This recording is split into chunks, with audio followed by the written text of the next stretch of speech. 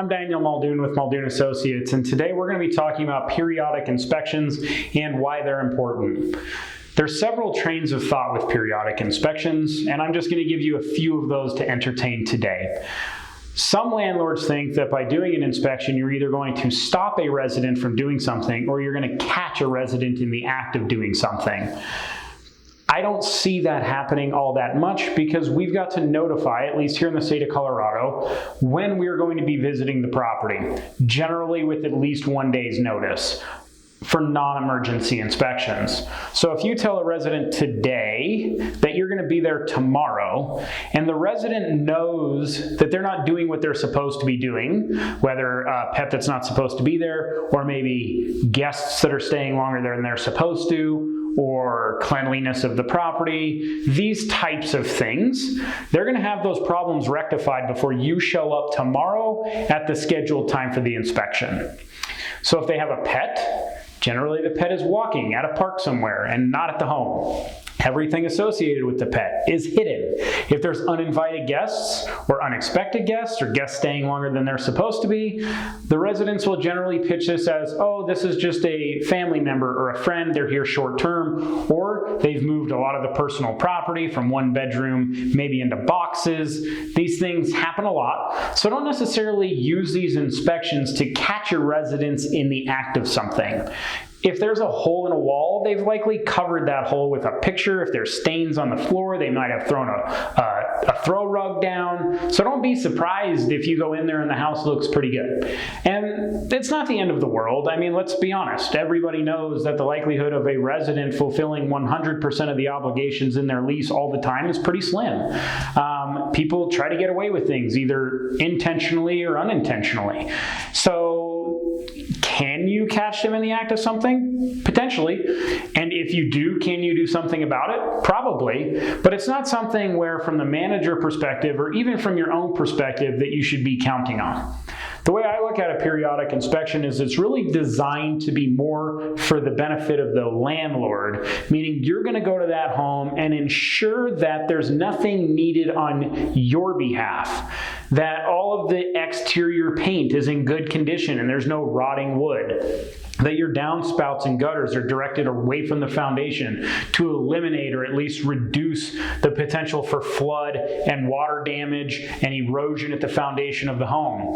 When you go inside, you'll want to look under all the sinks, turn on all the plumbing and fixtures and turn them off, make sure they function, check all of the detectors and make sure that they're plugged in and functioning. Here in the state of Colorado, the detectors, smoke and CO, are the obligation of the landlord to provide, but the resident to maintain. But if it's missing and it was there when you rented the home, you may want to ensure that one is there again. You'll also want to check the caulking and the silicone around your bathtub, along the floor, wax ring around the toilet. The biggest things that we see that cost our clients the most amount of money is almost always water related. It's either a sewer backup, or it's some type of plumbing issue, or it's a long-term water problem. And those are the worst because most of the time they're not covered by your insurance company.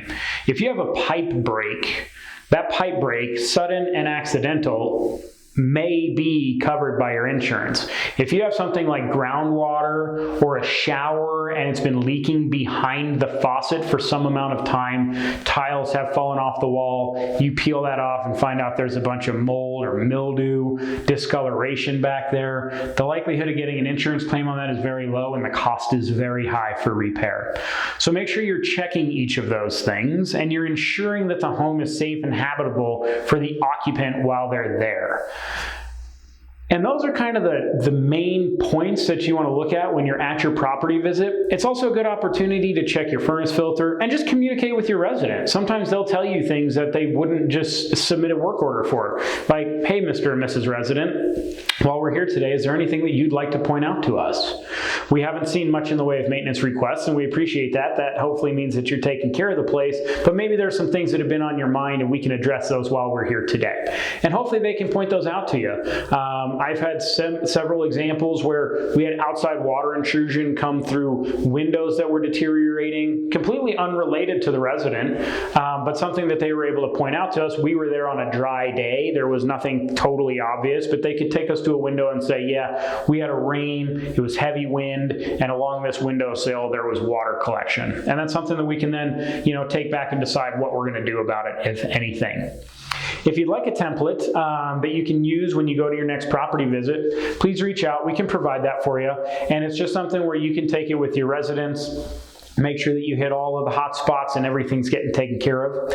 In our current COVID world, it's a little bit different. Many of our residents did a self-inspection, so we sent them a report with items that they had to send us photos of, and they did so. Is it ideal? Maybe not in every situation, but in the situation where your options are either no inspection or an inspection provided by your residents, it's probably best to get one by your residents.